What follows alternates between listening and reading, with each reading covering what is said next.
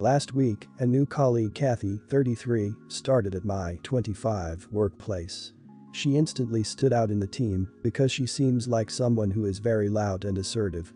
Two of my colleagues, me and Cathy, were having coffee in the break room. We were the only ones in there and we were sitting far apart when the subject of travel was brought up. My colleague said she wasn't booking trips anymore because it'll probably get cancelled because of COVID anyway. Cathy immediately cut in about how sad she is because she travels so often and she goes on these far exotic trips to Europe as her hobby. When I think exotic, I think the Bahamas or something instead of Europe, but cool. Cathy then jokes about how all this no travel business is making her fear that she'll lose some of her foreign language skills. I asked what languages she spoke. She claimed to be fluent in 3 European languages, among which were French and Dutch. Cathy said she was at a native speaker level and went on about how people in Europe were always surprised when they found out she wasn't from there. I was excited because I never get to speak Dutch over here. I was raised in Belgium, which has 3 national languages, French and Dutch, which are my mother tongues and the most commonly spoken there, and German. It's quite common to be pretty fluent in at least 2 out of the 3 languages in Belgium because you're required to learn them at school, along with English, from a young age. I told Cathy, "Oh fun, we have something in common then." She immediately pulled this sour face and asked me if that was supposed to be Dutch. I said yes. She laughed awkwardly and said she couldn't understand because I have a terrible accent and must not be that good at speaking it. Now see, I don't have an accent. I speak Dutch more fluently than I speak English. I told Cathy that I grew up speaking Dutch and speak it to my family all the time. She got miffed and asked what languages I speak and where I'm from. I told her I'm from Belgium, so I also speak French, and I added which you just said you speak as well. Cool. We can speak French instead. I acknowledged that I was a bit of an idiot here because by that point I knew she probably lied about speaking French as well. She then shoved her chair back and angrily got up, said whatever and stomped off. It was awkward. My other colleagues just kinda shrugged and said she shouldn't have lied. However, she later approached me and told me I embarrassed her by acting superior about my European heritage. I told her there was no way for me to know she'd lied about speaking those languages. She rolled her eyes and told me I was immature. A colleague told me that Cathy had called me a little b-word who enjoys bullying new colleagues behind my back later. I don't think I was a bully at all, but I don't want this to turn into a huge thing. Do I just apologize to keep the peace? Am I the idiot? Not the idiot, you didn't call her out. She said she spoke a language and when you spoke to her in that language, she insulted your skills. So she created a situation where you pointed out that you are a native speaker. In your position I would have spoken to her in French to push the point, but I am petty like that.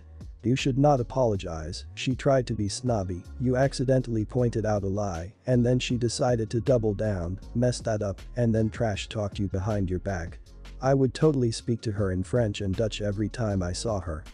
Not the idiot, but I would give your manager a heads up about this. In a hey, I'm not asking for you to do anything, but this happened and I thought you should know kind of way. Brand new employees who don't know the lay of the land yet, feeling comfortable enough to call established employees vulgar names and start drama are trouble. I have yet to see someone start at a new company and immediately start crap, not turn out to cause a lot of trouble and headache before they get booted. She's old enough for this not to be her being ignorant of professional and workplace norms. Not the idiot. But also document the incident and what she said about you and turn it into your manager. I know this sounds like overkill, but you can tell your manager that you're going to her in confidence. You don't want to escalate it to HR unless anything further ensues. You just want a record to exist that shows you reported the incident. She may get over it. Or, she may decide to get petty and rude at work, in which case you'll want documentation of her behavior at a later time. I'm a widower with an 8-year-old son. His teacher is new in our town, she only arrived last September and lives in our block, we're practically next door neighbors. Like, if we're out on our balconies, we can see each other and talk.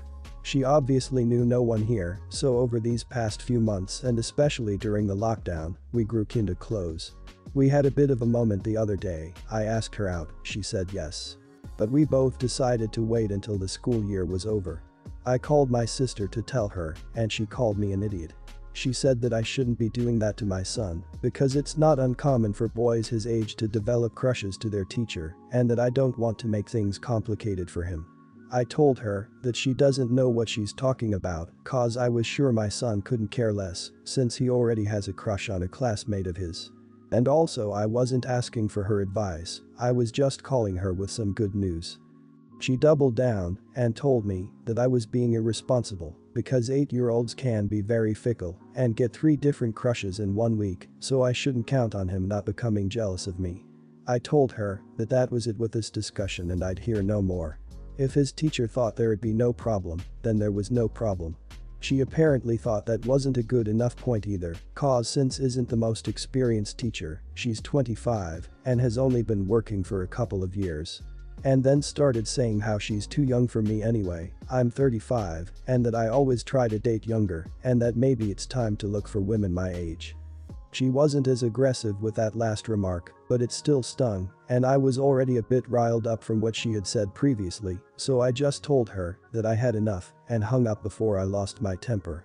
2 hours later, my mum called me and started saying the same things, parroting my sister.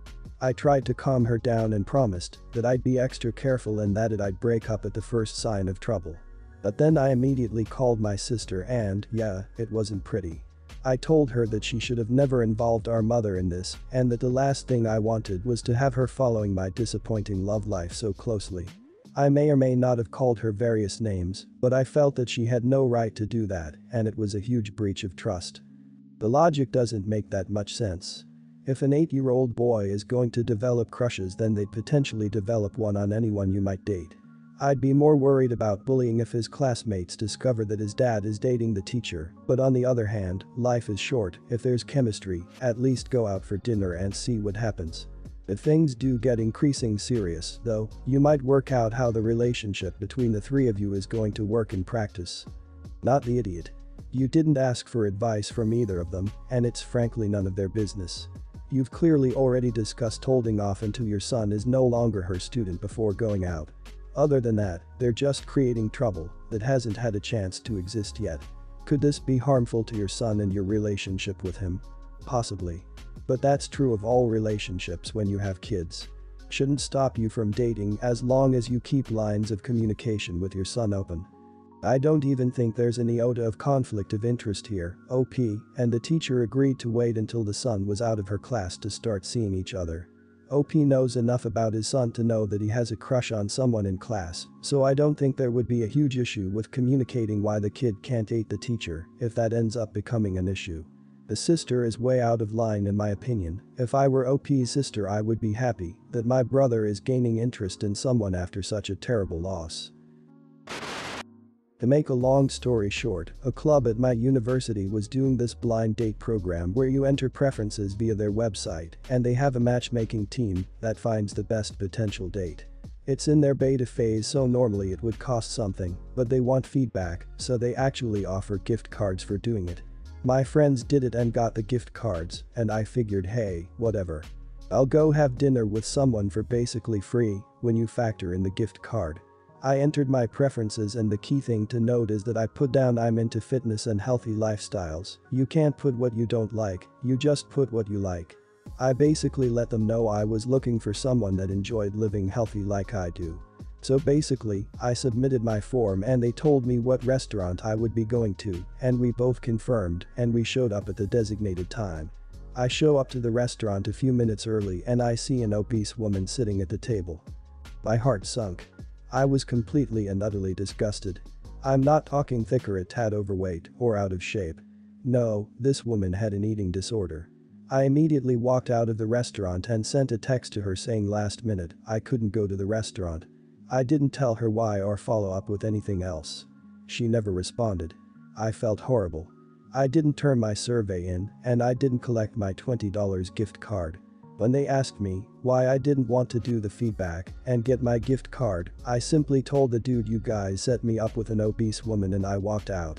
I was mostly embarrassed but also angry, disappointed, and overall exhausted with the whole situation. Not the idiot. That team messed up hard. You agreed to a blind date that is supposedly catered to your interests, and an obese woman goes completely against that. You also wrote these interests down, so that matchmaking team completely messed up. That's not on you.